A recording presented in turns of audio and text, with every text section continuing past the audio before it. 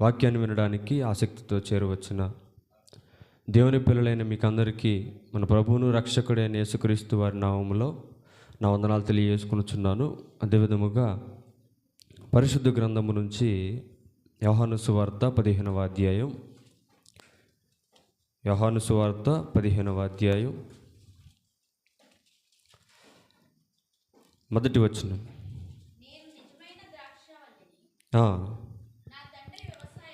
ఎవరు మాట్లాడుతున్నారు ఈ మాట అనంటే యేసుక్రీస్తు ప్రభు వారు మాట్లాడుతున్నారు.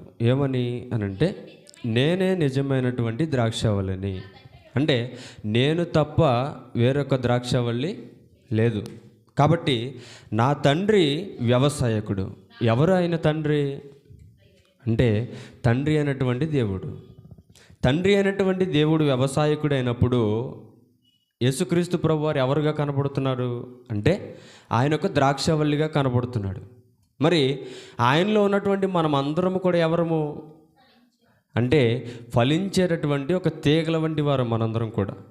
ఈ తీగలుగా ఉన్నటువంటి మనం అందరము కూడా కొన్ని ఫలాలను ఇవ్వాలి కదా, కొన్ని ఫలాలను ఇవ్వాలి. అయితే ఎట్లాంటి ఫలాలను ఇవ్వాలి? మనం ఎట్లాంటి ఫలాలను ఇవ్వాలి? ఇంచుమించుగా ఈ అంశాన్ని మనం మొదలుపెట్టి 2-3 నెలల పైన అయిపోతుంది కదా, కానీ ఇంకా ఒక దారికి రాల. ఇంకా 2 ఫలాలు ఉన్నాయి మనం నేర్చుకోవాల్సినవి. అవునా? సంవత్సరం దాటిపోతుంది. ఇంకా సంవత్సరం అయిపోయేసరికి ఇది అవదేద్దాం అనుకున్నా కానీ ఇంకా అవల. ఇంకొక ఫలం మిగిలింది. ఈరోజు నేర్చుకున్నది మొదలు తర్వాత దేవుడు మరలా మనకి మంచి సమయాన్ని ఇస్తే ఇంకొక ఫలాన్ని గురించి చూద్దాం. ఓకేనా? ఈరోజు ఒక మంచి ఫలాన్ని గురించి ధ్యానిద్దాం. బైబిల్ గ్రంథం నుంచి గలతీయులకు రాసిన పత్రిక తీయండి.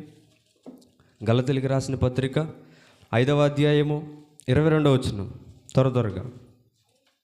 అయితే ఆత్మఫలమేమనగా ప్రేమ, సంతోషము, సమాధానము, దీర్ఘశాంతము, దయాళత్వము, మంచితనము, విశ్వాసము, సాత్వికము, ఆశ నిగ్రహము.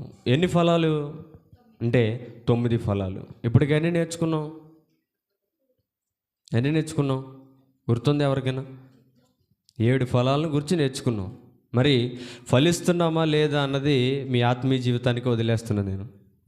ఈరోజు ఏ ఫలాన్ని గురించి ధ్యానిస్తున్నాం అంటే సాత్వికము అనేటటువంటి ఫలాన్ని గురించి కొద్ది నిమిషాలు మనం బైబిల్ గ్రంథంలోంచి పరిశీలనగా చూద్దాం. ఓకేనా? అందరూ శ్రద్ధ కలిగి దేవుని యొక్క మాటలు వినాలని ప్రభు పేరట మీకు అందరికీ హెచ్చరిస్తున్నాను.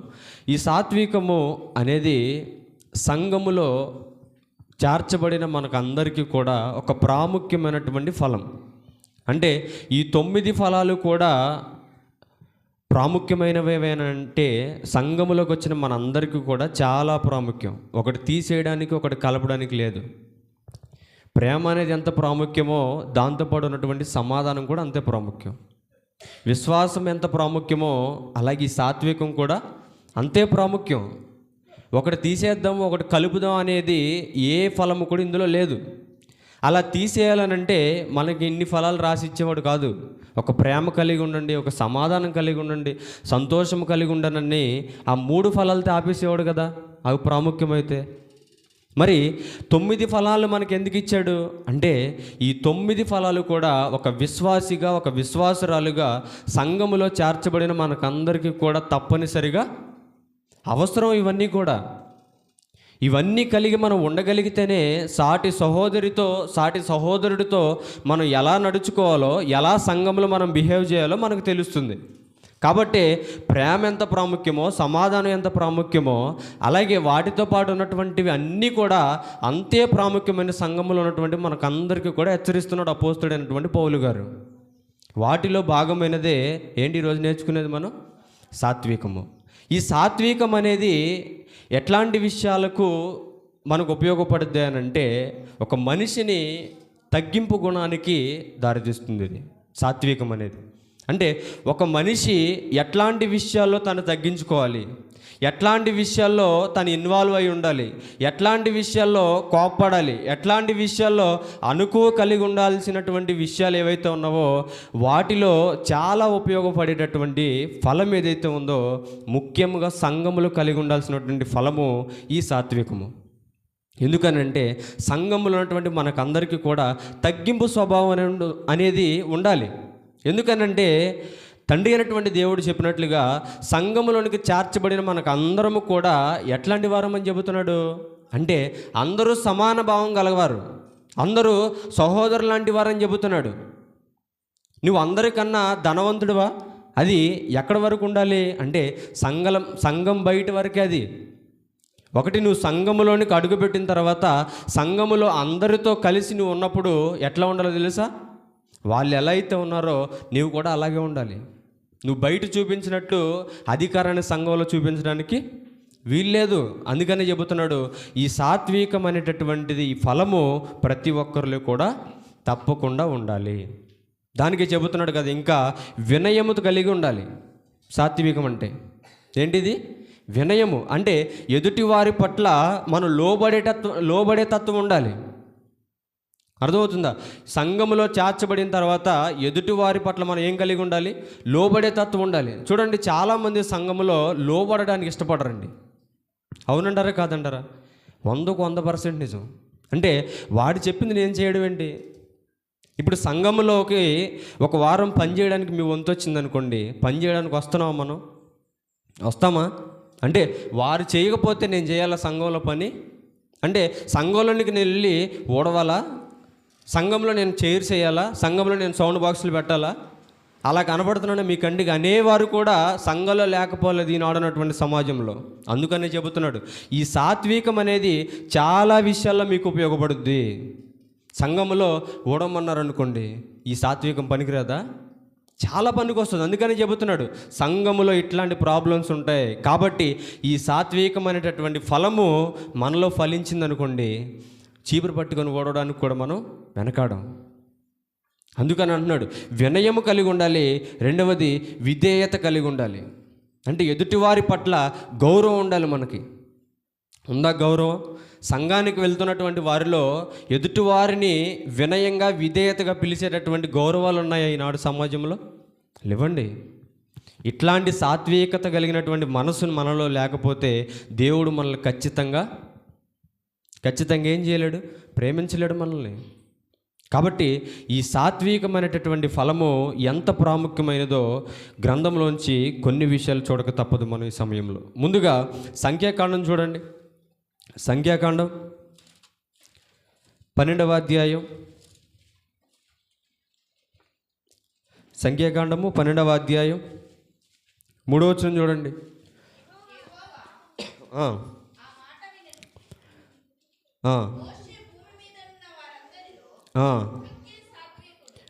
ఏమని చెబుతున్నాడు? ఎవరి గురించి ప్రస్తావిస్తున్నాడు ఇక్కడ దేవుడు అంటే మోషేని గురించి చెబుతున్నాడు. ఏమని మాట్లాడుతున్నాడు? భూమి మీద ఉన్న వారందరిలో మోషే సాత్వికుడు. ఎందుకని సాక్ష్యం ఇస్తున్నాడు మోషేని గురించి? ఏమండి, ఎందుకనే ప్రత్యేకంగా మోషేని పిన్ చేసి మరీ చెబుతున్నాడు సాత్వికతను గురించి అంటే ఇశ్రాయేలుల పట్ల ఆయన కలిగి ఉన్నటువంటి ఆ యొక్క అనుకువను బట్టి, ఆ యొక్క లోబడని బట్టి ఏం చెబుతున్నాడు తండ్రి అనేటువంటి దేవుడు అని అంటే భూమి మీద మోషే అంతటి సాత్వికుడు ఏమంటున్నాడు? లేడని చెబుతున్నాడు. ఎందుకని అంతగా చెబుతున్నాడు అంటే ఇశ్రాయేలులు పెట్టినటువంటి టార్చర్ అండి ఆయన్ని. అవునా?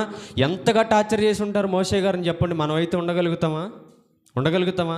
ఎన్నో మాటలు ఉంటారండి మోషే గారిని. ఆ ఐగుప్తులోనైనా పడి ఉండే మమ్మల్ని ఈ అరణ్యంలోకి తీసుకొచ్చి ఎందుకు చంపడానికి తీసుకొచ్చామన్నారంట. అన్నారు. ఆ దుంపలో అక్కడ ఉన్నటువంటివి అవేవి తిని మేము బ్రతికే వాళ్ళం, మా జీవనాన్ని మేము గడుపుకునే వాళ్ళం. ఈ అరణ్యంలోకి తీసుకొచ్చి మమ్మల్ని ఎందుకు చంపడానికి తీసుకొచ్చావు? నీరు లేవు, తినడానికి ఆహారం లేదని ఎన్నో మాటలు అన్నారు మోషే గారిని. అన్నారా లేదా? అన్నారండి. అన్నీ అన్నప్పటికీ కూడా మోషే గారు చూసి చూడనట్టుగా వదిలేశాడు.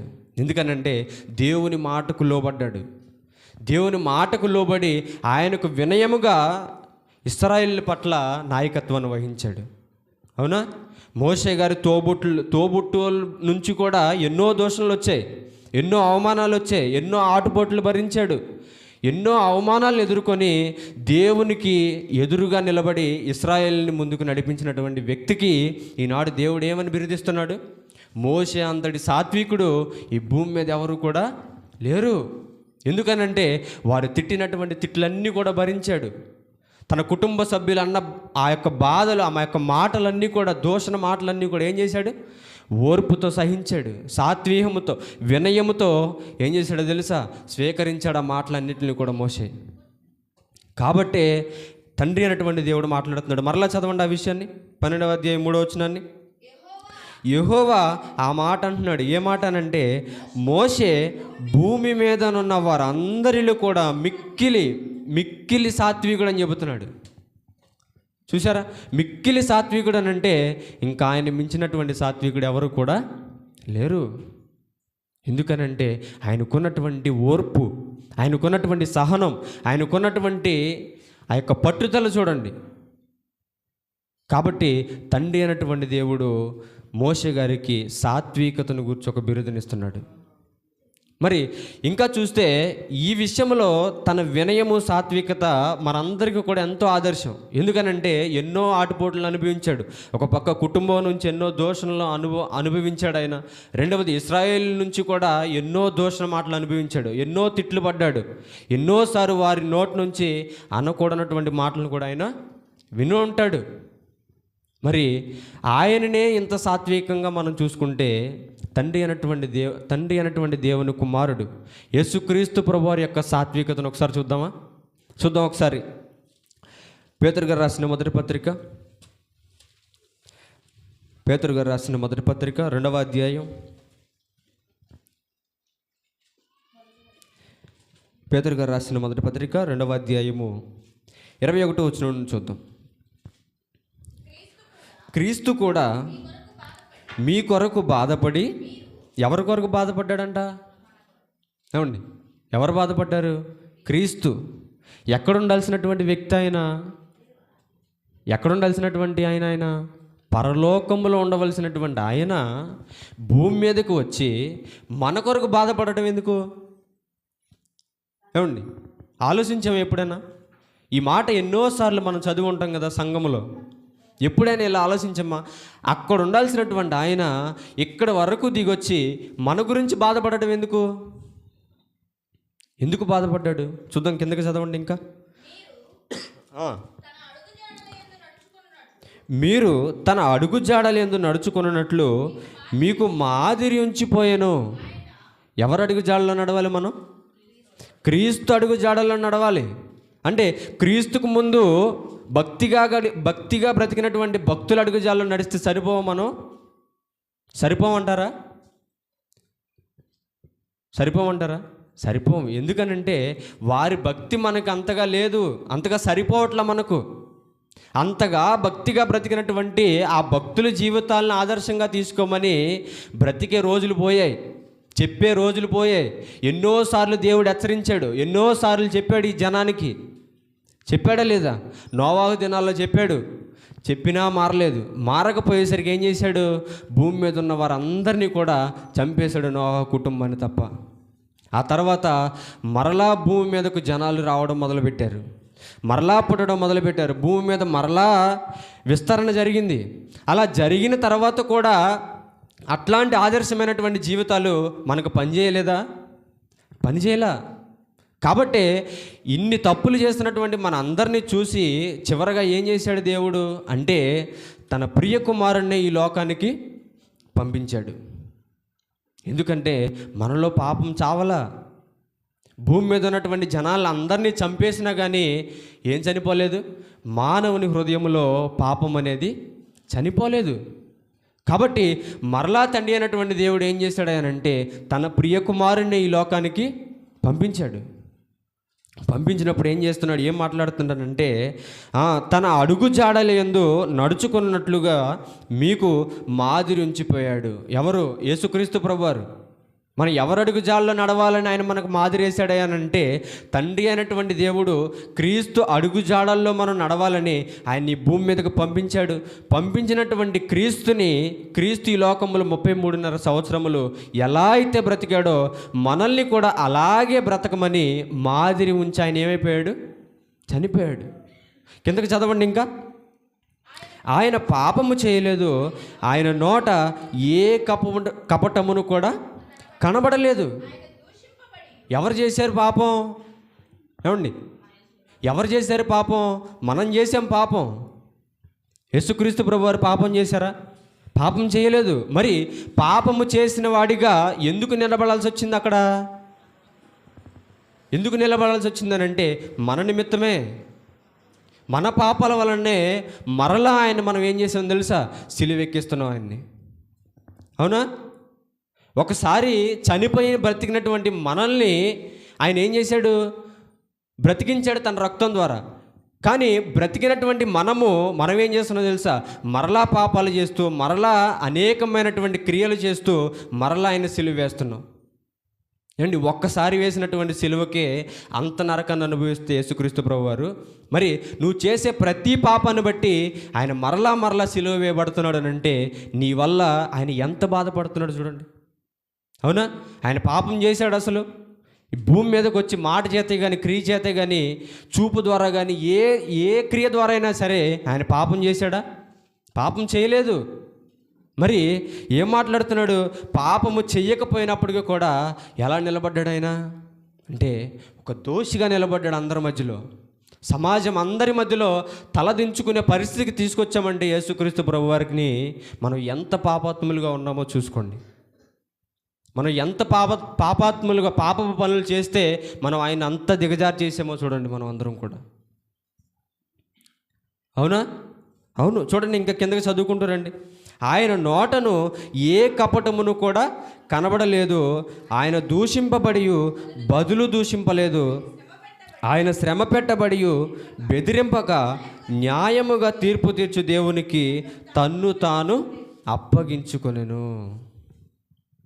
ఇక్కడ చూడాల్సినటువంటి విషయం ఏంటో తెలుసా? ఆయనలో ఉన్నటువంటి సాత్వికము. ఏ తప్పు చేయబడినప్పటికీ కూడా, ఏ తప్పు చేయకుండా ఉన్నప్పటికీ కూడా ఆయన ఒక దోషిగా నిలబెట్టారు చూసావా? అక్కడే ఆయన సాత్వికాన్ని మనం చూడాలి. ఇప్పుడు ఏ తప్పు చేయకుండా నేను పోలీస్ స్టేషన్కి తీసుకెళ్లారనుకోండి, ఏమంటావు నువ్వు? ఏమంటావు? ఎందుకు తీసుకెళ్లారండి నన్ను పోలీస్ స్టేషన్కి? ఏ తప్పు చేయకుండా అని మనం మాట అంటాం. కానీ ఏ తప్పు చేయకుండా అరణ్యము నుంచి ఆయన్ని తీసుకొచ్చి అన్ని దెబ్బలు కొట్టి అంతలా హింసిస్తున్నప్పటికీ కూడా నోరుతో ఒక్క మాట అన్న మాట్లాడా? మాట్లాడలేదండి. అదండి ఆయనకు ఉన్నటువంటి సాత్వికము. అదండి ఆయన పిల్లల పట్ల ఉన్నటువంటి వినయము, విధేయత, వారి పట్ల ఉన్నటువంటి గౌరవం యేసుక్రీస్తు ప్రభు వారికి. మరి మనకుందా సాత్వికం? ఎదుటివారు మాట అంటేనే పడలేకపోతే ఎక్కడుంది నీలో సాత్వికం? ఎక్కడుంది సాత్వికం? సంఘానికి వచ్చి వాక్యం వింటున్నాం, సంఘానికి వచ్చి పాటలు పాడుతున్నాం, ఎదుటివారి మాట అంటేనే పడలేనప్పుడు నీలో సాత్వికం ఎక్కడ కనపడుతుంది చెప్పండి? ఇంకా లేనట్టే మనలో సాత్వికం. అన్ని దెబ్బలు కొడుతున్నా, అంతలా హింసించి అతని మొహం మీద ఉమ్ము పూసినప్పటికీ కూడా ఆయన నోటి నుంచి మాట రాలేదని అంటే అక్కడే ఆయన సాత్వికం ఎంత ఉందో మనం ఆలోచించాలి. చాలా గొప్పదండి ఆయన సాత్వికం. కాబట్టి ఏం మాట్లాడుతున్నాడంటే ఆయన దూషింపబడి బదులు దూషింపలేదు, ఆయన శ్రమ పెట్టబడి వారిని బెదిరించకుండా న్యాయముగా తీర్పు తీర్చి దేవునికి తన్ను తాను అప్పగించుకున్నాడు. మనం కూడా అట్లాంటి పరిస్థితుల్లో ఉండాలండి. ఇప్పుడు యేసుక్రీస్తు ప్రభువారు ఎట్లాంటి పరిస్థితుల్లో ఉండి ఆయన మరలా పరలోకానికి చేరుకున్నాడో, మనకి ఎన్ని పరిస్థితులు వచ్చినా, ఎన్ని ఇబ్బందులు వచ్చినా ఈ యొక్క ఆత్మీయ జీవితంలో మనం కూడా ఏం చేయాలో తెలుసా? ఎవరన్నా బెదిరించినా, ఎవరన్నా శ్రమ పెట్టినా, ఎవరన్నా మాట అన్నా కానీ సహిస్తూ పోవాలి సాత్వికంతో. అట్లాంటి లక్షణాన్ని మనం సంఘంలో కలిగి ఉండాలి. అది చాలా ప్రాముఖ్యమైనటువంటి లక్షణం. అలా ప్రవర్తించి అలా నడుచుకొని న్యాయముగా తీర్పు తీర్చేటటువంటి దేవునికి యేసుక్రీస్తు ప్రభువారు ఎలా అయితే తన ఆత్మను అప్పగించుకున్నాడో, మనం చనిపోయేలోపు మనము కూడా అట్లాంటి సాత్వికతను కలిగి మనం కూడా ఏం చేయాలి తెలుసా? మన ఆత్మను మనం తండ్రి అయినటువంటి దేవునికి అప్పగించుకోవాలి. చూడండి ఇంకా చూద్దాం. పరిశుద్ధులకు ముఖ్యముగా సంఘములోనికి చేర్చబడిన వారికి ఉండవలసినటువంటి లక్షణము ఈ యొక్క సాత్వికము. చూద్దాం ఇది కూడా ఒకసారి. కొలసీలకు రాసిన పత్రిక 3వ అధ్యాయం 12వ వచనం. కాగా దేవుని చేత ఏర్పరచబడిన వారును పరిశుద్ధులను ప్రియులనైన వారికి తగినట్లు మీరు జాలిగల మనసును, దయాళత్వమును, వినయమును, సాత్వికమును, దీర్ఘశాంతమును ధరించుకొనుడి. ఆత్మఫలాలను గురించి స్టార్టింగ్ చేసినప్పటి నుంచి చదువుకుంటున్నాం ఈ మాటను మనం. అవునా? ఏ విషయాలను కలిగి ఉండాలని చెబుతున్నాడనంటే మనం అందరము కూడా దేవుని చేత ఏర్పరచబడినటువంటి పరిశుద్ధులము. అవునా? మనందరము కూడా ఎవరి చేత చేర్చబడం సంఘములో అంటే దేవుని చేత మనం ఏమవ్వం ఇక్కడ ఏర్పరచబడ్డాం. ఎలాగంటే పరిశుద్ధులుగా ప్రియులైనటువంటి పిల్లలుగా మనం పిలువబడ్డాం సంఘంలోనికి. అలా పిలువబడినటువంటి మన అందరిలో కూడా జాలి కలిగినటువంటి మనసు మనలో ఉండాలి. అంటే ఎదుటివారు ఏదన్నా పరిస్థితుల్లో ఉన్నప్పుడు మనం ఏం చేయాలంటే వారిని చూసి జాలిపడి వారికి సహాయం చేసేటటువంటి స్థితిలో మనం ఉండాలి. రెండవది దయాళత్వము కలిగి ఉండాలి. వినయమును, సాత్వికమును, దీర్ఘశాంతమును కూడా మనం ఏం చేయాలి? ధరించుకోవాలంటున్నాడు. అంటే ఇవేమన్నా బట్టల ధరించుకోవడానికి, బట్టలు అంటారా ధరించుకోవడానికి? కాదండి, ఇవన్నీ కూడా క్రియలు. మరి ధరించుకునేవేంటి అని అంటే బట్టలు. ఇప్పుడు న్యూ ఇయర్ వస్తుంది కదా, క్రిస్మస్ వస్తుంది, న్యూ ఇయర్ వస్తుంది. ఈ క్రిస్మస్కి న్యూ ఇయర్స్కి ఎంతమంది బట్టలు కొనుక్కున్నాం? అందరూ కొనుక్కొనే ఉంటాం కదా మ్యాక్సిమం. ఇంకా 3 రోజులు అయితే క్రిస్మస్ వచ్చేసింది. ఇప్పుడు కొన్నటువంటి బట్టల్ని ధరించకుండా ఉంటారా? చెప్పాలి, ధరించకుండా ఉంటారా? ఒక్కొక్కళ్ళు 2000 పెట్టి 3000 పెట్టి ఒక్కొక్క జతలు కొని ఉంటారు. అవునా? ధరించకుండా వస్తామా పండక్కి? రాము. మరి ఇట్లాంటి విషయాలను మనకి ఎప్పటి నుంచి చెబుతున్నారు? నిన్న కాక మొన్న కొన్నటువంటి ఆ బట్టలనే నువ్వు వేసుకోకుండా సంఘానికి రావట్లేదే పండక్కి. మరి ఈ విషయాలను మనకి ఎప్పటి నుంచి చెబుతున్నారు? భక్తులు ఎన్నిసార్లు మనకు హెచ్చరించారు ఈ విషయాలను గురించి? వినయాన్ని కలిగి ఉండండి అమ్మా, సాత్వికత కలిగి ఉండండి, ఎదుటివారి పట్ల దయ కలిగి ఉండండి, ఎదుటివారి పట్ల ప్రేమ కలిగి ఉండండి, సంతోషము కలిగి ఉండండి అని ఎప్పటి నుంచి చెబుతున్నారు ఈ మాటలు మనకు? అంటే ఎప్పటి నుంచో చెబుతున్నారు. మరి అయినా మనం ధరించకుండా, అయినా వాటిని మనం ఫాలో అవ్వకుండా ఉంటే ఎలా చెప్పండి? సంఘంలో ఎలా చెప్పండి? బట్టలు వేసుకు రాకుండా ఉంటేనే అందరిలో నువ్వు వెరైటీ కనపడతావు కదా. అందరూ కొత్త బట్టలు వేసుకొచ్చి నువ్వు ఒక షార్ట్ అను బన్నీ వేసుకొని వచ్చావు అనుకోండి, అందరూ కొత్త బట్టలు వేసుకున్న వారికి చూస్తారా, లేకపోతే షార్ట్ బన్నీ వేసుకున్న వారికి చూస్తారా? అవునా? అవును కదా. ఇప్పుడు సంఘంలో ఎవరు కూడా వినయము, విధేయత, సాత్వికత కలిగి లేకుండా ఉండి నువ్వు ఒక్కడవే సాత్వికత కలిగి ఉన్నావు అనుకోండి, ఎలా ఉంటుంది చెప్పండి? ఎంత ప్రౌడ్గా ఉంటుంది. అవునా? చాలా ప్రౌడ్గా ఉంటుంది. అవునా? కాబట్టి ఇట్లాంటి విషయాలను మనం కలిగి ఉండాలంటే ముందు మనం వినాలి, శ్రద్ధగా వినాలి. సంఘానికి వచ్చేటటువంటి మనము ఎలా వినాలని చెప్పాడు దేవుని యొక్క వాక్యాన్ని అంటే శ్రద్ధ కలిగి వినాలి.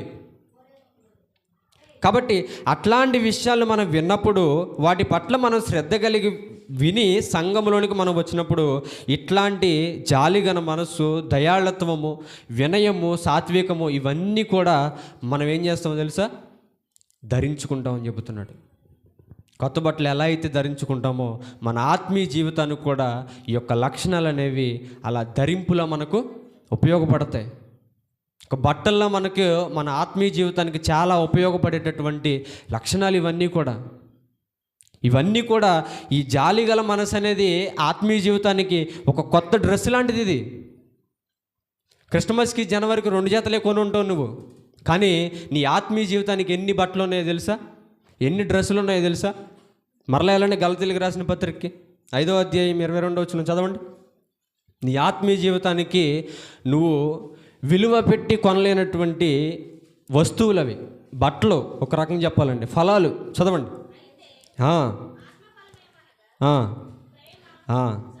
సంతోషము, సమాధానము, దీర్ఘశాంతము, దయాళత్వము, మంచితనము, సాత్వికము, ఆశ నిగ్రహము. చూసారా ఎన్ని డ్రెస్సులు ఉన్నాయి? 9 డ్రెస్సులు ఉన్నాయి. మరి ఇప్పటికి ఎన్ని డ్రెస్సులు కొనుక్కున్నాం మనం? మన ఆత్మీయ జీవితానికి, దేహానికి కాదు. సంక్రాంతికి, క్రిస్మస్కి వీటికి కొనుక్కుంటాం మనం. ఎందుకు? డబ్బులుంటే కొనుక్కుంటాం. మరి ఇది డబ్బు పెట్టి కొనలేంది, అవునా? డబ్బు అవసరం లేదు, ఏమీ అవసరం లేదు, ఓన్లీ వింటే చాలు. ఇది వింటే మనం కొనేసినట్లే. ఇప్పటికి ఎన్ని జతలు కొనుక్కున్నాం మనం?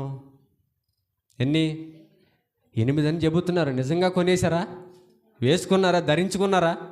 ప్రేమను ధరించుకున్నారా? ప్రేమను ధరించుకోలేదా? ధరించుకోలేదనుకోండి, ఊపుతున్నారు ఇలాగ. 8 బట్టలను కొనుక్కున్నాం అంటే విన్నాం అంతే, వాటిని ఇంకా ధరించలా. ధరిస్తే మన పరిస్థితులు ఎలా ఉండవు. ఎప్పుడు చూసినా మనిషి జీవితంలో చిరునవ్వు కనబడాలి అని అంటే ఇట్లాంటి ఈ యొక్క లక్షణాలు మనం ధరించుకున్నప్పుడు మన జీవితంలో ఎప్పుడు కూడా ఆనందమును మనం చూస్తాం. ఎప్పుడైతే ఈ లక్షణాలు మనం ధరించుకోలేదో మన జీవితంలో ఎప్పుడు చూసినా వెనక్కి తిరిగి చూస్తే శ్రమలు తప్ప ఎక్కడ మనకు రూపాయి కూడా ఆదాయం కనపడదు. సంఘానికి వస్తున్నాం కదా, ప్రార్థన చేస్తున్నాం కదా, వాక్యం వింటున్నాం కదా అని ఇలా మాటల వారీగా మనం చెప్పుకుంటూ పోతే అలా కథానే ఉంటుంది వ్యవహారం అంతా. ఎప్పుడైతే ఆ విన్న మాటల ప్రకారం మన జీవితాన్ని నడిపించుకుంటామో, వాటిని ధరించుకొని మనం నడుస్తామో, అప్పుడు వెనక్కి తిరిగి చూసినప్పుడు అన్ని ఫలాలే కనపడతాయి మనకి, అవునా? ఒక వ్యవసాయం చేస్తున్నటువంటి రైతు పొలంలో నాటేసి వచ్చేసాడు అనుకోండి, వాటికి ఏమి మందు వేయకుండా, ఎరువు వేయకుండా వచ్చేసాడు అనుకోండి, నీరు పెట్టకుండా ఉన్నాడు అనుకోండి, కోతకాలం వచ్చేసరికి వెళ్ళి చూస్తే ఏమంటే ఫలాలు కనపడతాయా? కనపడవు. మరి ఏం చేయాలి? నాటినటువంటి రైతు సమయానికి వెళ్ళి ఎరువు వేయాలి, నీరు పెట్టాలి, అన్నీ చేస్తేనే ఆ పంట టయానికి మనకేం కనపడుద్ది? ఫలితం కనపడుతుంది. అలాగే సంఘానికి వస్తూ పోతూ ఉంటే మనకు ఫలితం కనపడదు. వచ్చినటువంటి మనం ఏం చేయాలంటే సమయానికి వాటిని మనం ఏం చేయాలి? మన ఆత్మీయ జీవితంలో మనం కనపరచాలి. అలా కనపరిచినప్పుడు మన జీవితంలో వెనక్కి తిరిగి చూసినప్పుడు మనకి ఎన్నో ఫలాలు కనపడతాయి. చూద్దాం, ఇంకొక 2 విషయాలు చూసుకొని ముగించుకుందాం. సామెతల గ్రంథం 15వ అధ్యాయం. సామెతల గ్రంథం 15వ అధ్యాయం 4వ వచనం. సాత్వికమైన నాలుక జీవవృక్షము, దానిలో కుటిలత ఉండిన ఎడల ఆత్మకు భంగము కలుగును. చూసారా? సాత్వికమైనటువంటి నాలుకకు ఎప్పటికీ కూడా మరణం అనేది ఉండదు. ఒక సందర్భంలో ఈ నాలుకను గురించి మాట్లాడతాడు కదా, జీవమరణములు నాలుక వశం అంటాడు కదా. నువ్వు మరణానికి జారిపోవాలన్నా, రెండవది జీవానికి వెళ్ళాలన్నా దేనిలో ఉంది? నాలుకలోనే ఉంది. అంటే నువ్వు మాట్లాడేటటువంటి మాటను బట్టి తండ్రి అయినటువంటి దేవుడు నీకేం చేస్తాడు? ప్రతిఫలాన్ని దయచేస్తాడు. కాబట్టి సాత్వికమైనటువంటి నాలుకతో మనం మాట్లాడామనుకోండి, మనకేముందంట? ఏముంది? అక్కడ చూడండి, నామకాలు కాదు, అక్కడ చూస్తే మీకు తెలుసుద్ది. ఏముంది? సాత్వికమైన నాలుక జీవవృక్షము, అంటే మరణము లేదు ఇంకా నీకు. సాత్వికమైనటువంటి మాటలు మనం మాట్లాడితే మనకేముండదు? మరణం లేదని చెబుతున్నాడు. అలాగే కింద మాట్లాడుతున్నాడు, దానిలో కుటిలత, అంటే దోషం ఉందనుకోండి, కుట్రలు ఉన్నాయనుకోండి, అబద్ధమైనటువంటి మాటలు ఉన్నాయనుకోండి, అప్పుడు దేనికి భంగం అంట? ఆత్మకు భంగం, నీ శరీరానికి కాదు. శరీరానికి ఎప్పుడు భంగం? ఈ భూమి మీద ఉన్నప్పటి వరకే. మరి ఈ నాలుకతో కుటిలమైనటువంటి మాటలు, అబద్ధమైనటువంటి మాటలు, ఎదుటివారిని నష్టపెట్టేటటువంటి మాటలు మనం మాట్లాడితే దేనికి భంగం కలుగుద్ది? ఆత్మకు భంగం కలుగుతుంది. ఈ శరీరానికి ఏం కాదు, చనిపోయిన తర్వాత ఈ మాటను బట్టి దేవుడు మనకేం చేస్తాడు? తీర్పునిస్తాడు. అప్పుడు నీ ఆత్మ ఏమైపోద్ది? యుగయుగాలు ఆరని అగ్నిలోనికి జారిపోద్ది. కాబట్టి సాత్వికమైనటువంటి మాటలు మనం మాట్లాడితే జీవవృక్షములో మనం ఏం చేస్తాం తెలుసా? ఎప్పటికీ కూడా మరణం లేకుండా పరలోకంలో ఆనందకరమైనటువంటి జీవితాన్ని మనం చూస్తాం. కాబట్టి సాధ్యమైనంత వరకు ఎదుటివారి పట్ల వినయము కలిగి, తగ్గింపు కలిగి, సాత్వికత కలిగి మనం నడుచుకోవాలి. అలా నడుచుకున్నప్పుడు మాట్లాడుతున్నాడు కదా, జీవవృక్షముల మరణము లేకుండా మనం ఏం చేస్తాం తెలుసా? పరలోకములో యుగ యుగములు ఆనందకరమైనటువంటి జీవితాన్ని మనం జీవిస్తాం. కాబట్టి ఆఖరిగా ఒక్క విషయాన్ని చూసుకొని మనం ముగించుకుందాం. కొరింథీయులకు రాసిన రెండవ పత్రిక 10వ అధ్యాయం. అపోస్తుడైన పౌలు కొరింథీయులకు రాసిన రెండవ పత్రిక 10వ అధ్యాయం 1వ వచనం. మీ ఎదుటనున్నప్పుడు మీలో అనుకువ గలవాడనైనట్టు, ఎదుట లేనప్పుడు మీ ఎడల ధైర్యము గలవాడనై ఉన్నట్టు పౌలును నేనే అని చెబుతూ యేసుక్రీస్తు యొక్క సాత్వికమును మృదుత్వమును బట్టి మిమ్మును వేడుకొనుచున్నాడు. ఎవరు? సౌలుగా ఉన్నటువంటి పౌలు మాట్లాడుతున్నాడు. ఏమనంటే సంఘము ఎదుట, అంటే మీ ఎదుట ఉన్నప్పుడు నేను ఎలా ఉంటున్నానని చెబుతున్నాడు. చాలా సాత్వికత కలిగి, చాలా అనుకువ కలిగి, మీరు ఎన్ని చేస్తున్నప్పటికీ కూడా మీ ఎడల నేను దయ చూపిస్తూ ఓర్పు కలిగి మీ ఎదుట నేను ఎలా ఉన్నానని చెబుతున్నాడు. అంటే ఎలా ఉన్నాడంట? అనుకువ కలిగి ఉన్నాడు. అంటే వారి ముందు తగ్గింపు స్వభావాన్ని కలిగి ఉన్నాడంట. ఇక్కడ సౌలు యొక్క జీవితం మనందరికీ తెలిసిందేనా? ఎంత క్రూరంగా ఉండేవాడండి సౌలు. కానీ ఒక్కసారి పౌలుగా ఆయన మారి క్రీస్తును ధరించుకున్న తర్వాత ఆయన ప్రవర్తన ఎలా ఉందనంటే, సంఘం ముందు మాట్లాడుతున్నాడు కదా, మీ ఎదుట ఉన్నప్పుడు మీలో అనుకువ గలవాడిగా నేను ఉంటున్నాను చెబుతున్నాడు. అవునా? క్రీస్తును ధరించుకున్నటువంటి ప్రతి వారిలో కూడా ఉండాల్సినటువంటి లక్షణం, ఎంత క్రూరుడిగా ఉన్నటువంటి వ్యక్తి క్రీస్తును ధరించుకొని సంఘం ఎదుట ఏం మాట్లాడుతున్నాడు? నేను చాలా అనుకోగలిగి ఉన్నాను చెబుతున్నాడు అని మాట్లాడుతూ, ఇంకా ఎదుట లేనప్పుడు మీ ఎడల ధైర్యము గలవాడనైనట్టు ఉన్నటువంటి పౌలును నేనే అని చెబుతూ యేసుక్రీస్తు యొక్క సాత్వికమును మృదుత్వమును బట్టి మిమ్మును వేడుకొనుచున్నాను. ఏమని వేడుకుంటున్నాడు అంటే, సంఘముగా మీరందరూ కూడా ఏం కలిగి ఉండాలి? సాత్వికము కలిగి ఉండాలి, మృదుత్వము కలిగి ఉండాలి, ప్రేమ కలిగి ఉండాలి, ఇంకా సంతోషము కలిగి ఉండాలి, సమాధానం కలిగి ఉండాలి అని వీటన్నిటిని బట్టి కూడా మిమ్మల్ని నేనేం చేస్తున్నాను? బతిమాలుకుంటున్నాను, వేడుకుంటున్నానని చెబుతున్నాడండి. మరి ఇట్లాంటి స్వభావాలను, ఇట్లాంటి అనుకోగలిగినటువంటి స్వభావము మనలో ఉందంటారా? ఒకవేళ లేకపోతే మనమందరం కూడా ఇట్లాంటి సాత్వికతను, ఇట్లాంటి అనుకువను, ఇట్లాంటి వినయము, ఇట్లాంటి విధేయతను కలిగి మనం ఉంటే ఎంతో ధన్యకరమైనటువంటి జీవితము దేవుడు మన కొరకు ముందుంచాడు. కాబట్టి ఇట్లాంటి సాత్వికతను కలిగి మనం జీవించడానికి ప్రయత్నిద్దాం. ఎందుకనంటే మనందరము కూడా ఎవరిని ధరించుకుని ఉన్నాం అంటే క్రీస్తుని ధరించుకుని ఉన్నాం. చెప్పడానికి బాగానే చెబుతున్నాం, కానీ క్రీస్తుని ధరించుకున్నటువంటి మనలో క్రీస్తుకు తగినట్టుగా జీవితం లేకపోతే మనం ఏం చేస్తామో తెలుసా? మనం ఏం చేసినట్లు? మరలా ఎన్నో సిలువ వేసిన వారం అవుతాం. ఒక్కసారికే ఎంత నరకయాతన అనుభవించాడు యేసుక్రీస్తు ప్రభువారు చూసాం. మనం ఎన్నో సినిమాల ద్వారా చూసామా? ఆయన కొట్టినటువంటి దెబ్బలు, ఆయన పడినటువంటి హింస, ఆయన పడినటువంటి బాధ వర్ణనాతీతం ఉన్నది. మనల్ని కర్రలతో కొడితేనే మనం తట్టుకోలేం. కానీ అట్లాంటిది ఎంతో భారభరితమైనటువంటి జీవితాన్ని ఆయన అనుభవించి ఎన్నో దెబ్బలు తిని మన కొరకు సిలువలో రక్తాన్ని గార్చి ఆయన చనిపోయాడు. మరి అట్లాంటి శ్రమను చూసినటువంటి మనం ఏం చేయాలి అంటే ఆయనకు మాదిరిగా జీవించాలా? అట్లాంటి శ్రమను పొందమని చెప్పట్లేదు మీకు. మరి ఏం చెబుతున్నాడు? ఆయన కలిగి ఉన్నటువంటి లక్షణాలు కలిగి ఉండమంటున్నాడు అంతే. ఆయనలాగా సిలువ వేయండి, ఆయనలాగా మీరు కొట్టించుకోండి, ఆయనలా మీరు సిలువ వేయండి, ఆయనలా మీరు సిలువలో వేలాడమని చెప్పాడు యేసుక్రీస్తు ప్రభువారు? చెప్పలా. మరి ఏం చెప్పాడు అంటే, నాలాంటి ప్రేమను కలిగి ఉండాలి, నాలాంటి సహోదర ప్రేమ కలిగి ఉండండి, నాలాగా సాత్వికత కలిగి ఉండండి, నాలాగా ఎదుటివారిని మనం ఏం చేయాలనంటే సహోదరులుగా చూసే భావన మనలో ఉండాలని ఎన్నోసార్లు ఎన్నో విషయాల్లో ఎంతోమంది ప్రవర్తన ద్వారా మనకు హెచ్చరిస్తున్నప్పటికీ కూడా మనం వినకుండా మరలా ఆయన సిలువ వేస్తూనే ఉన్నాం. సంవత్సరాలు వెళ్ళిపోతున్నాయి, నెలలు గడిచిపోతున్నాయి, రోజులు గడిచిపోతున్నాయి, మన జీవితము కూడా గడిచిపోతూ ఉంది. కానీ మన జీవితంలో మాత్రం మార్పు రావట్లా.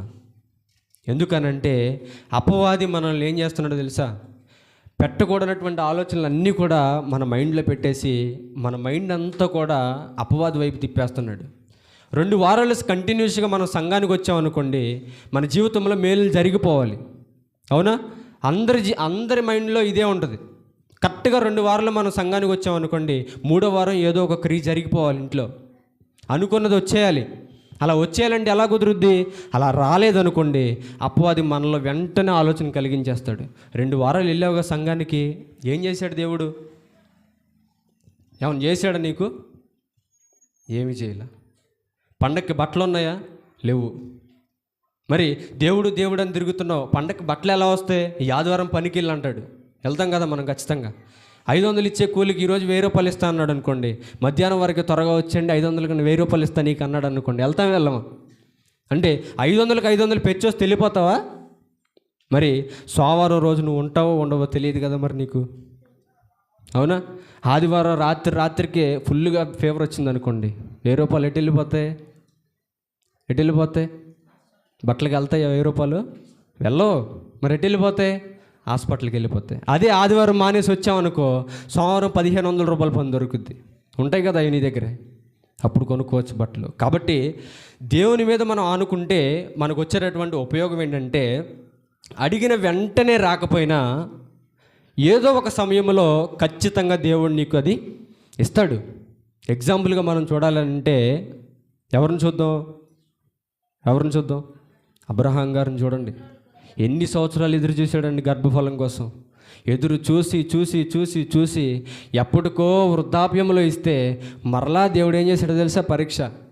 మరలా పెట్టాడు పరీక్ష. ఏం పెట్టాడు? నా కుమారుని మరలా నాకు ఇచ్చేయమన్నాడు. ఇచ్చేయమనగానే, ఇదేంటయ్యా ఇన్ని సంవత్సరాలు ఎదురు చూపించావు, ఇన్ని రోజులు ఆగాం, మరలా తీసుకుంటానండి ఎలా అన్నాడా? అనలా. దేవుని మీద ఉన్నటువంటి నమ్మకం వలన, ఆ యొక్క సాత్వికం, ఆ యొక్క వినయం, విధేయత, దేవుని మీద ఉన్నటువంటి ఆ నమ్మకం వలన మరలా గర్భఫలాన్ని ఇవ్వడానికి తీయకుండా అబ్రహాం గారు వెళ్ళిపోయారు. కాబట్టి ఖచ్చితంగా మన జీవితంలో మేలులు చేసేవాడు దేవుడు. కాబట్టి ఆయన మీద మనం ఆనుకున్నప్పుడు, ఆయన మనం ధరించుకున్నప్పుడు దేవుడు మనకి ఎప్పటికీ కూడా అన్యాయం చేయడు. తల్ల వంచండి, చిన్న ప్రార్థన చేసుకుందాం.